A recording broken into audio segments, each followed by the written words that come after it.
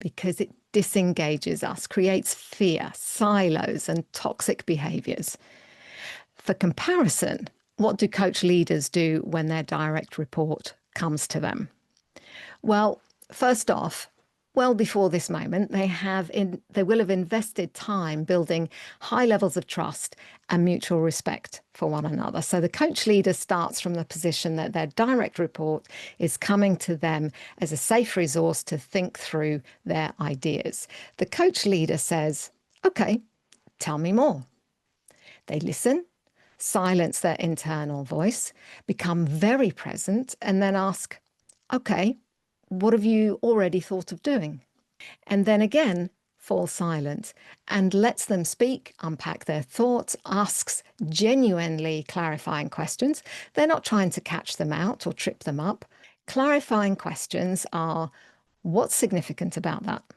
Where do you believe the disconnect is? And what do you think your best option is? Coach leaders apply coaching skills and techniques every day, from one meeting to the next. The compound benefit stacks up pretty quick. Just a few questions there, and I have a ton more for you to experiment with over the coming episodes. I've got some beautiful, simple gems for you.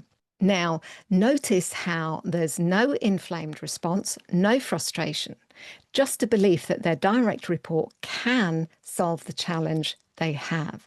The coach leader sees their role as helping to strengthen their direct report's thinking by asking questions that help them answer the important questions, unpick knots, and evaluate their options and next steps. Did you also notice how the coach leader's approach expends much less energy, is far more collaborative, invited exploration? And can you also feel how that maintains and builds even more trust between the two people? Cortisol, the stress hormone, is low, and oxytocin, the connection or love hormone, is flowing. That's what you want.